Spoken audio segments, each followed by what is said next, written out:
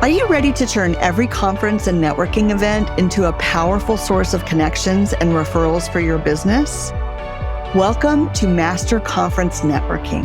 I'm Catherine Brown, founder of the Good Humans Growth Network. Here, we will unlock the strategies to build an authentic, profitable network from the events you attend.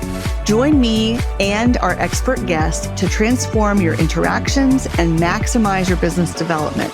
Stop feeling overwhelmed and start strategically building your best network, the Good Human way. Welcome back. I'm so excited to introduce you today to my friend, Lisa McGuire. Friendly reminder that in these episodes, we're talking about how business owners show up at conferences, networking events, those things that some people love and some people hate. And so for this episode, I'm so pleased to introduce you to my friend, Lisa McGuire. She's going to tell you a little bit about herself. And one thing that I'm so looking forward to is this topic of personal brand. So if you wonder, what does a personal brand have to do with networking? Just buckle up because here we go. Lisa's got all kinds of tips and suggestions for you so you can show up the way that you're hoping to at your next event and make the impression that you hope to. So Lisa, please tell them a little bit about yourself. Well, Catherine, thank you so much for this session today. So as you said, I am Lisa McGuire. I do help people become unforgettable by aligning their personal brand with the story that their presence tells, whether they're in the room or not. So I specialize in helping purpose-driven professionals navigate visibility, especially in high-stakes settings like conferences, where authenticity can be your most powerful networking strategy. So I'm of a certain age where the term personal branding is associated in my mind with influencers. And some people are reluctant to call themselves influencers. So before we dive in too far, let's talk about first how we define personal branding. For the rest of the time we're talking here, why do you think it's misunderstood and what do you mean when you say it, Lisa? Yes. So, Catherine, I am also of that particular generation. We do share that. And you're exactly right. I started using this term, probably 4 to 5 years ago. And what I would see is, I would say people would roll their eyes or they'd back off and like, that's not me. I'm not the influencer. I'm not there to promote myself and be this person to put myself out there of, hey, look at me. But really the typical definition of personal branding is who people say you are when you're not in the room. But I like to take that a bit further because I think when you look at the breadth of what it entails, it includes your expertise. It includes your point of view, which a lot of people don't see that as part of it, but it is a huge opportunity and window. It's also your personality and it's your character. So if you take those 4 components, expertise, point of view, personality, and character, you see you can really present a very rich perspective of what that is. How would you say, Lisa, that is different than the way many other people refer to personal brand? I think most people look at personal branding as how do I position myself as an expert to make myself look important or be memorable? They tend to really shy away from the personality piece. They don't understand how to use the character piece and leverage it, which I think that is a huge opportunity. And point of view, many people don't go there because they've never even thought about stepping outside what industry best practices or thinking about things in a little bit different way that may make them a bit controversial, but yet memorable. Yes. Well, especially with the phrase good humans, which is our aspirational identity, we're moving toward the idea that your character is a component of your brand is so interesting to me. And so we'll dive into like, how would a person see that quickly? This series is about how you want to show up, what you do before you go, while you're there, and after. And I think it's so interesting to think about being this deliberate about how you come across, even how can a person judge character that quickly? We know we're making these snap judgments, and yet we're not always very deliberate about the planning side of that. So the question about how you can make character deliberate is I find that when you include storytelling, within your content where Mhm. someone can understand how you interacted with the customer, how you followed up with someone, where you drew the line because it did not align with your values. That is that undertone of character that you don't have to be blatant about, Mm. but you do pick it up where people say, I really like that person. And it's because we do have those similar values. Isn't that interesting that we could win others over through a normal conversation where we're actually expressing a boundary? That's what I hear you saying Mhm. is that particular Yes. story example was a boundary, right? It's so interesting. It's Ye amazing. It's amazing. Yes, and I have even seen people maybe even just make an off the cuff remark about, when I show up that way, nobody's gonna tell me to do something like that. And immediately there is a filter in my mind where I'm saying I either agree with that or I don't agree with it, and how violently I am on either side of it will immediately tell me whether or not I'm interested in working with that person. Because to me, out of this 4 parts, expertise, point of view, personality, and character, if your character does not check the box for me, where I can validate with some of those other things, then it's a no. Yes. And that is a really critical piece that people aren't thinking about. Yes. I'm also thinking, Lisa, like probably the most traditional application of people thinking about conferences, networking Mhm. events, chamber events, cocktail parties, they're thinking about connecting with their buyer in the room. And so Yes. you see where this matters. Now, many of the things we do in the Good Humans Growth Network are really B to B to B. So we're Mhm. building an impression for someone who we hope will bring us into their account. It's interesting to think about how even in the less understood way of why those stories matter, this is very important in our world, probably Mhm. less understood on that B to B to B piece for many people. I think that's a mic drop moment. I think that's so powerful. And I think that point, Catherine, is if I'm going to put my reputation on the line to introduce you to my client or to someone in my network, then I do not want you representing me in a way that someone's going to come back to me later to say, what were you thinking?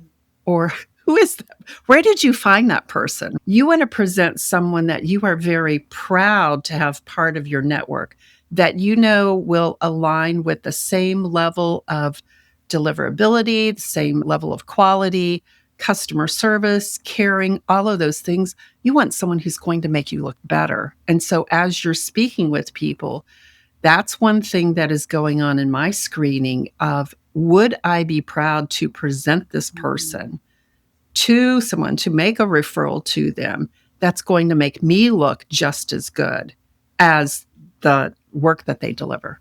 We have had some conversation in this series about having a ridiculously simple value proposition for someone to be able to make that referral, how important it is Yeah. that they can repeat it. We think a lot about the way our business cards look before we go. We think about if we're going Mhm. to have a postcard with a, we're really into QR codes right now, right? Like QR code leads to a quiz or a video or a way to get to know me so you can remember who we were later. And those are all important practices, right? Your brand palette, all those things matter. But we're talking about things that are really beyond that. What else Mhm. would you advise a person consider before a high stakes event that they were attending? Let's say they're a speaker or that they aspire to be a speaker or they Mhm. really want to meet some critical contacts for their future. What else should they ask themselves or think about that's not that merch copy print? Mhm. Not that we don't also need that, but we're talking about beyond that. So I think the question is, what is it that you want people to think about you when your name comes up Okay. after the conference? Okay. Like, what do you want them to remember about you? And I know yesterday, even in a LinkedIn post, you put, what is it like I am? You finished the sentence, I am, and I think you said, I am a builder, right? I had a Well, dream. what I I was a builder. I was like, that's so yeah, interesting. Yeah. yeah. Yeah. Yeah, it was really great. But what I have learned about myself after working with client after client and really understanding what is the distinctive value I bring to the table So I am a strategic advisor, but I act as a mirror. So what I have done is find these little mirrors. They're like magnets, and I could put it on my business card as a way to remember and differentiate myself. Why did she have that mirror there, right? Like it's something to be remembered by. Or if it's something, I often talk about bringing humanity back to business. I have this little heart-shaped stress ball that has that printed on, bring humanity back to business. What do we do as humans? We're stressed, right? So this is something that can sit by their computer monitor, right? That they can remember me by. Every time they look at that, there's my name coming to top of mind because I've given them something that they can use and a reminder they are human too. So that would be a couple of examples, but really, what do you want to be remembered for? Why do you want them to call you? And so, whether it's you're a speaker and you're having a walk-up song that's got the vibe of how you want to be remembered, if it's your brand colors, and I remember Joe Paluzzi, I don't know if you know Joe Paluzzi, but back content marketing world, 2010, I still remember this, Cleveland, Ohio. He had a bright orange flaming suit because that was the brand color of content marketing world. And you couldn't miss him anywhere. He wore it every day, right? Of the conference. Many versions of So this, hopefully. yeah, yeah, he really did. But just really think about like, what do you want to be top of mind? And I would also add to this, Catherine, there is a saying, and I can't remember the exact saying, but it's not what you say and it's not what you do, but it's how you make people feel. So you need to think about how do you want people to feel after a conversation with you? Mm, that's wonderful. So let me repeat back a few key things because there's so much rich content in what you're saying. What I take from that is even with the merchandising examples that you gave, you are wanting to reflect values and characters, and it probably ties back to a story. If you have a chance to work a mirror example into that story, then the mirror will remind them of that when they see it. Yes. And this idea of that people remember how you made them feel. Again, what is the way you want your values, your attention to them? How do you want that to stick in their mind? It could be as simple as, so let's just give some bad examples real quick before we move on. If you are talking with someone and they are looking around your shoulder for who else they know in the room, that would be the example of you did not make me feel good because you made me feel like I wasn't important in that moment, right? These subtle things, right? Can they hold your gaze? You and I are, speaking virtually. So in order to hold your gaze, I'm staring in the circle on the camera, and I've trained myself to do that so that it looks like I'm looking at you because I would be looking in your eyes if I were with you face to face. So practicing doing that and keeping a gaze, not for a weird amount of time, but for a reasonable amount of time. The quick look away, look back. All these things that actually are privileging the person in front of you, those things are worth practicing if they're a struggle for you because those expressions are reflecting your brand. Yeah, definitely. And I think one other thing to follow up on that, particularly in your realm of sales, in your experience, I once brought someone to a referral partner. I was sitting in on the meeting, and the referral partner would not stop talking. And later, my client said, I think he's a nice guy, but he didn't listen to a thing I had to say. I'd ask a question and he went completely off on a different tangent. And he said, I think he likes hearing himself speak. So I thought that would be something that maybe we need to work on, right? What do you want people to know that they've been heard? It's such a strange phenomenon that in selling, people think they have to get everything out when they're the seller, but you can do not that much qualifying sometimes on that first call. If the other person does a lot of talking, they'll feel connected to you and think your buyer will think that you're interesting. It's the craziest paradigm shift that it takes a long time for people to understand. Same true face-to-face in these events. Whoever gets to tell the most stories feels the most special. It's so interesting. So yeah, it took me a while to figure that one out. No, and I have a lot of words. Yeah. I wake up with a lot of words every day. My family kids about it, but I really have to discipline myself in those situations. Sometimes I'll even count in my head. and just make sure that I only make a comment or interject every third time I feel like it, because my instincts are to show enthusiasm and jump in, but I might actually be curtailing their story or doing something that doesn't leave them with the impression that I want. When in fact, my heart was to say, oh, yes, I agree with you. But it can come across as too interrupty, too frenetic, right? I want to have a more chill energy. So I have to be really deliberate about holding myself back in those situations, because I've learned that about myself. Now, Lisa, you have coined a term that I want you to teach the audience about, this visibility reluctance. And I think it's just so easy. We already talked about sales and sales situations. I do believe it is easier for some people than others to go into situations where they're going to walk in a room where they only know a handful of people, or it's the first time they've attended something. This is more difficult for some people than others. And yet, I'm going to guess that visibility reluctance is a broad term that could apply to any number of people because of different circumstances. So teach us about that and why it matters. So I first came across this when I was working with clients, and I'd ask, are you posting on LinkedIn? Oh, no, I can't do that. And I knew the importance of doing it because I had been through this myself. So back when I started my business back in 2018, I knew that I was going to need to be present on LinkedIn. So I would get on and I would, like something. I would start with that. And then I got brave and I would maybe comment, but it was a good year before I had the courage to post anything.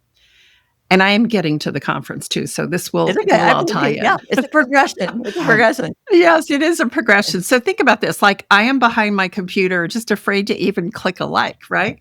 And so I wrote a post for LinkedIn, and it took me 2 months, 60 days before I had the courage to hit post on it. And do you know what happened? Nothing. No one came after me. No one criticized me. No one said, who are you to say that? No one followed up with me later. Like, nothing. Like, people, I will say, people started engaging the more I did it. And then I thought, what was I thinking? Like, what was I afraid of? This also led to a conversation I had during the time of COVID. I know you and I were both active on Clubhouse, and I had a friend who we were going to host a room, right, and do this. And we'd been doing that for a couple of sessions, and he had an idea that we should get on and do another project that involved video. Now, he's a videographer. And when he came up with this project, I visibly backed away from the screen, right? And he said, I sense the idea. You don't think it's a good idea? And I said, no. And he said, why? And I came up with all of these reasons. But here's what he said that changed my mind and everything I did after that. He said, your person is looking for you. And how are they going to find you if you're hiding? So I went from visibility reluctant to visibility as service. And I have identified 7 different stages that it takes someone to get there. But I want to encourage people that being invisible and being silent, whether it's online or whether it's in a room at a conference, does not help you, but it really doesn't help your client. That client or that referral partner is looking for you. And if you're hiding, how are they going to find you? Do you think, Lisa, that people are motivated to move out of visibility reluctance? Did they decrease their visibility reluctance because their belief in the value of what they're selling grows? Or do you think it's doing the reps and practicing even though they're scared? Or do you think it's clarity of their goals? Like, I'm wondering how a person moves through that, because we know, for example, that on LinkedIn, I haven't heard the latest statistics, but I've heard something like only 10% even like and comment of all the subscribers to LinkedIn. And then you go to a really small percent of who actually posts. And I think that percent's 2%. That might not be right, but it's something pretty dramatic like that. So we can use LinkedIn as a proxy, or it could be just being willing to go to events like the kinds of events this podcast is for, right? Cocktail parties, chamber events, networking, things you're going to have to meet new people. How does the person move out of that? What do you see moves the needle for them? So I'm going to use, since we're talking about conferences, I'm going to talk about the in-person event, right? And I remember when I started my business, my former boss said, well, you're going to have to go network. And he knew that would be like the kiss of death to me, because the last thing I wanted to do was to walk into a room full of strangers where I thought the goal was to hand out all of your business cards. And then I flipped it. I thought, I don't think anybody else in there is really excited to be here either. So let's just kind of have that as the baseline. And what if you make the goal is to meet one interesting person that you want to have a follow-up conversation with? And a really easy way to do it, as we know, you walk in, you go find the beverages, find the food. A great place to stand is after everybody's collected that, and start a conversation, not with who are you or what do you do. It might even be, is this the first time you've been here? Or how do you know the host? Or what are you excited about? What are you working on right now? I've not been here before. Can you introduce me to someone? Because everyone is in that same situation where we have to kind of be a little bit hesitant, but then break the ice. I also know someone that always takes a wingman with them to a networking event or a conference. So then they're playing and working the room, and they're never standing there alone with a drink in their hand. Yes. Yes. There's so many implications to visibility reluctance, whether it's online or in person. I even think it matters because I think about how we'll make up stories in our head that'll keep us safe and keep us from having to do things that we don't want to do. So an example would be some of the events that you and I do together through the Good Humans Growth Network. I mean, we have a lot of pre-conference activities. We have a lot of opportunities to help people not have to walk in the room and not know someone, so you can begin connecting ahead of time. That's on purpose to help all parties make the most of the experience. But I'm surprised sometimes how often people will sign up and not participate in the pre-conference activities. And sometimes they're holding on to the idea that I'm going to just show up and make the most of it while I'm there, and kind of treat it like a more transactional experience. And the thing is that when you do that, you have these biases. It affects even how you view a space when you walk in, because if you have a low expectation and you have a frame, then you'll engage with people accordingly. And so what I love about this conversation of personal brand is that it's very reflective. It's saying, how do you want to be perceived? Slow down and think about this. So what action are you going to have to take that's different if you're refining the way you want that to be received? You have to be much more thoughtful about it. And I love that. It's kind of like the term metacognition. We're thinking about what we're thinking about. We're inviting people to do that. I think that's really fun. It really is. And I think the other thing I want to just encourage people to do is think about the energy when you walk in the room and the energy you have with the conversation with someone. We've met people who you've walked away from and just felt like it was like a wet dish rag, right? Like you just didn't have a great vibe with them. But the conversations that we have that are memorable are the people who are not trying to perform, but are instead present. They don't feel like they have to bring their performance and proving to the conversation. They hold space to allow you to speak, to allow you to bring forth what your essence is. And it's that vibrational resonance that we have that we really take with us and carry it forward. And what I want the audience to hear is that this energy and essence is probably the opposite of what you might think. Like as Lisa's talking, I took a deep breath, breathed in through my nose, out through my mouth, as if I were doing a meditation video, right? Just even thinking about this concept of slowing down and being present makes me want to do that even in this interview. And that's what we're inviting people to do. We're saying, yes, there'll be loud music. Yes, there'll be a lot of people talking around you. You get an opportunity to zone in on what's right in front of you, make that person the center of your universe for that time, and relax. Choose to relax in their presence. Take a deep breath. Choose to relax. That calmness, first of all, it's like when you speak and you practice speaking slowly and then you get on stage and you speed up. So I would even say you could practice being what you might consider overly relaxed, and it's not going to be a problem in the moment because the energy of the room is going to pick things up. but we're inviting people not to feel transactional, not to feel rushed.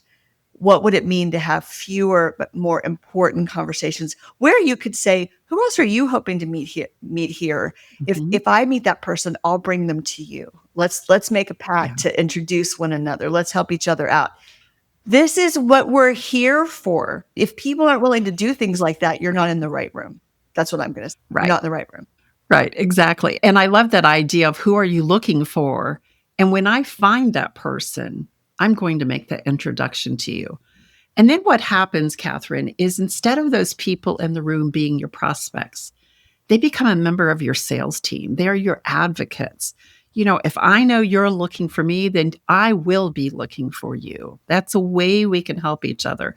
And there's no better feeling than to know that you have contributed to help somebody move forward because it's all going to come back. That's right.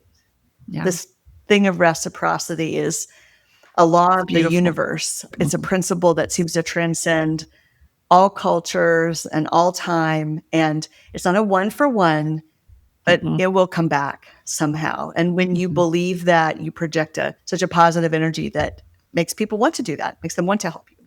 Yeah. That's wonderful. Okay, now I would be remiss to have such a strong LinkedIn user on and not ask a little bit about your digital presence. So, what would you say to our listeners about how your digital presence needs Mhm. to align with your in person? I mean, we know that's true, but how does one do that? I run into this all the time, Catherine. So, people who feel like, I've got a great in person networking process, I build relationships. But what we know is so when someone meets you, what are they going to do? They're probably going to connect with you on LinkedIn. Well, if you go on LinkedIn and it looks like you haven't been on there, for the last 3 years and your profile photo is from 10 years ago, they're not really even sure it's you. They go to your website and it looks like it was from MySpace era. Like the quality, again, if they've met this very polished person, very confident, and you go online and you look at that representation is not the same thing, it makes you question the experience. So when we have the consistency Mm, of how we show up online, whether it's through a podcast, whether it's posting, whether it's even replying to the comments in your post, the more consistency we have, the more trust we build. mm, And how does that convert? That converts into, oh, if I'm going to refer you to someone, I can be confident you're going to follow up. I can be confident you're going to speak to them in a way that I'm going to be proud to refer you again. mm. Even your comments can reveal your character. Yes. And I have seen some posts where people will get on and they lower their performance and maybe a little bit too authentic comes out where they step over the line and because it is written, you're not sure the tone of intention of it, Mm. and you've just dashed your brand. So be very careful. And when you do have something written online, what I would suggest is read it out loud before you hit send Yes. because it may not always come out the way that you intended and have somebody else look at it of does it match the level that you want to convey. Those are great practices. That's really Yeah. helpful. And let's say too for our audience that we do not believe that you have to be everywhere.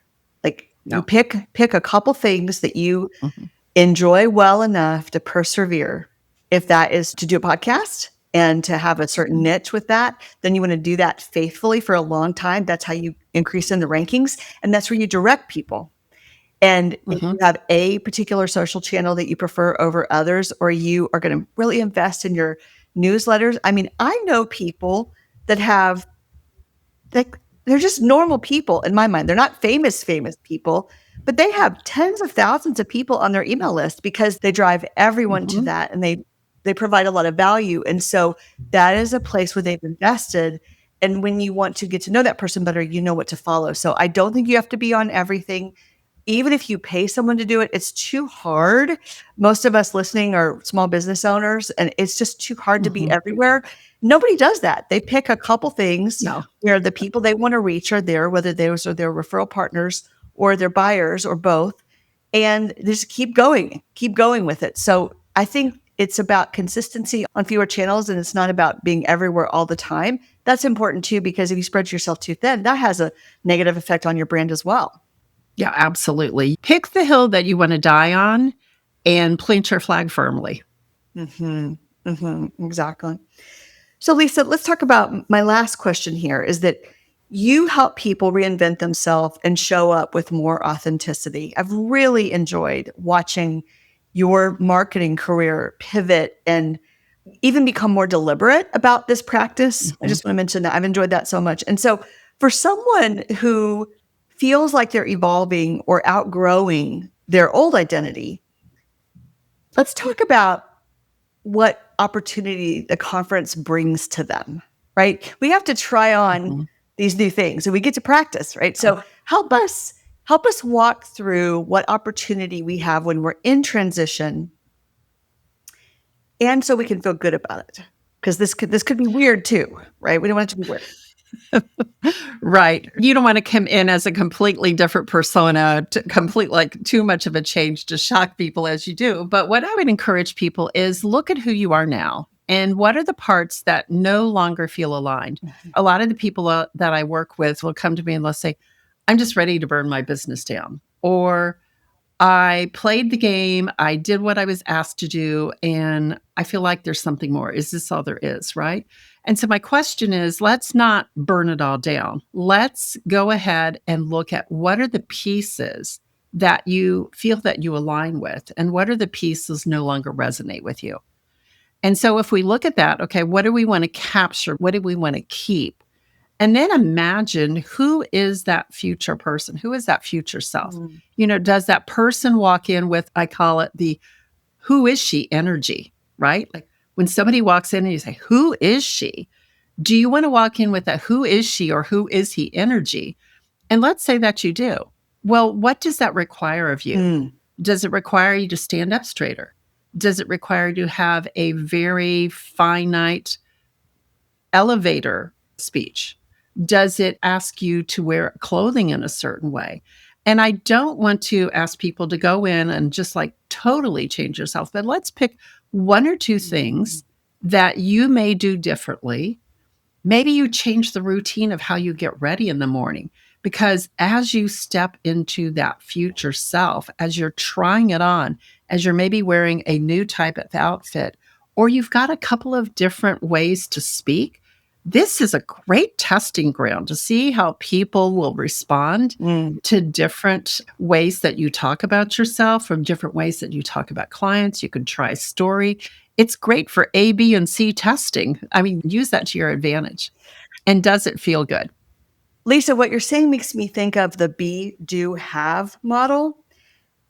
And the way I understand this as I hear coaches and personal development people talk about this model is that as you grow in confidence about who you want to be and how you want to Mhm. come across, that affects the actions you'll try on, the things you'll attempt, the risks you'll take, how you make the decision of how to show up, in this case, in these networking experiences. And then the have is what outcome that will bring because of those activities. Yeah. It reminds me, I'll tell you a quick story. It reminds me that when I started my business, so I started my first business in 2002. I had two little boys at the time. And when I got my youngest one into half day kindergarten, I was really starting to go out and network. I was working the whole time from home before that, but I literally was in sweats before video was cool, just pounding away at my computer on my phone, right? So I decided I had to get some clothes. I joined a women's only mastermind group. I started networking in the town I lived in at the time.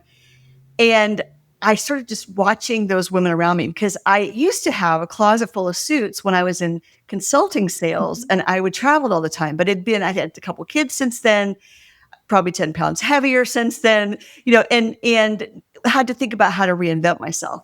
And what I did is I started watching the women that I really admired who felt like Mhm. they were ahead of me in some respects and yet weren't so far ahead of me that it felt discouraging and unattainable. Mhm. And I remember coming home and telling my husband that there was a woman that had a PR firm, beautiful woman, 10 years older than I am.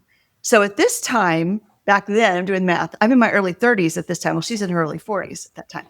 And I just thought she was so lovely, so smart. And I noticed, I literally just watched how she dressed and how Mhm. she carried herself and who her friends were. And I just became a student of this woman. And let me mention, she had Mhm. impeccable character too. So she wasn't, Yeah. she wasn't a shallow or hollow person. But I came home to my spouse and I said, I need a cashmere sweater. And That's great. we didn't spring for cashmere at that time. My husband was an untenured college professor, and I wasn't making that much money when I first started out. And I said, I need a cashmere sweater. And he said, what are you talking about? And I said, the sweaters that this woman wears convey everything I want to Mhm. convey. And I didn't know I was going to tell you this story, but it's such a funny example. But because they're beautiful, they're soft and they're beautiful. It's Mhm. a little bit of luxury, but sort of accessible luxury, Yeah. you know, in my mind at the time, what would have been a crazy extravagant expense, but it was a level up of how I had expected to turn up to this business casual event. Okay, what does that term mean? It was very confusing for women. So I literally watched her and I thought, she wears a lot of cashmere. And there was something about her that for me, now this is going to be true for all of our audience, but for me, this woman became a model where I thought I'd like to be Mhm. more like her. And there's something about the way she dresses and carries herself that is modeling the kind of leader I would like to be. I can still be feminine. I can still love beautiful things. And she ran just an amazing big agency and has since sold her firm like for a really nice exit.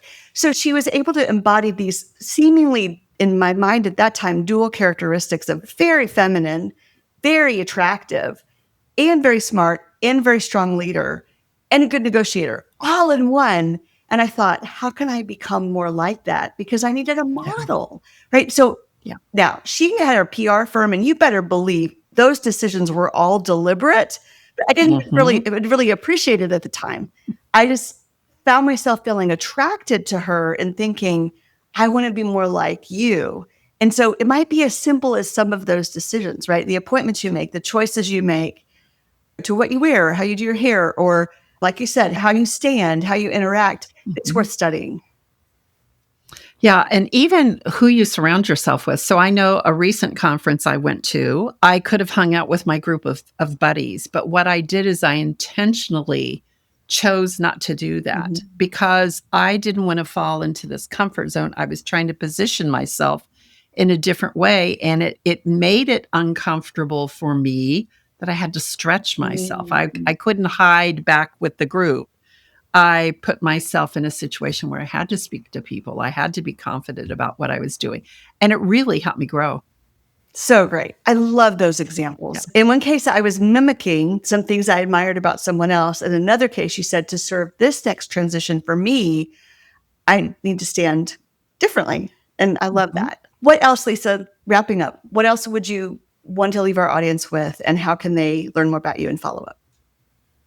Yeah, the thing I would love for people to understand is, when you see someone who you do admire, they didn't get that way overnight. It is one baby step at a time. It is trying something and being willing to get in the messy middle.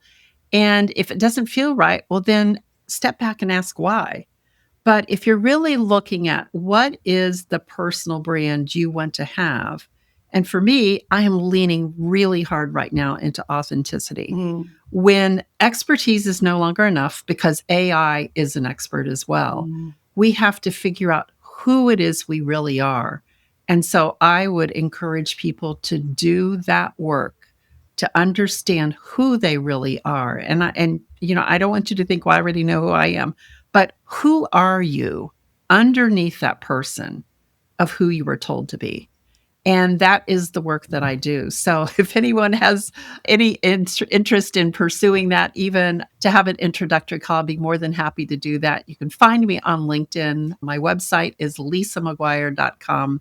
And I do have a little podcast called Your Passion, Purpose, and Personal Brand that you can learn a little bit more about me by listening to that. I want to give a shout out for Lisa's podcast. I would say that every person she has on talks about these topics in Mhm. different ways, such that every episode I've ever listened to, and I've listened to many of them, there's something that is a confidence instilling, clarifying force for me because they're coming from a certain angle that while you're listening, your brain is also asking, who am I? Where am I going?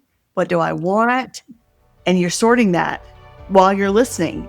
And Yeah. so I want to give a shout out that I think, yes, following you there is a great outcome for people. And I know that many will do that. So thank you so much for helping people think about how to maximize their experiences at these events. And it's always a pleasure to collaborate with you. So thank you. Thank you so much, Catherine. This was so much fun. I really appreciate you having me.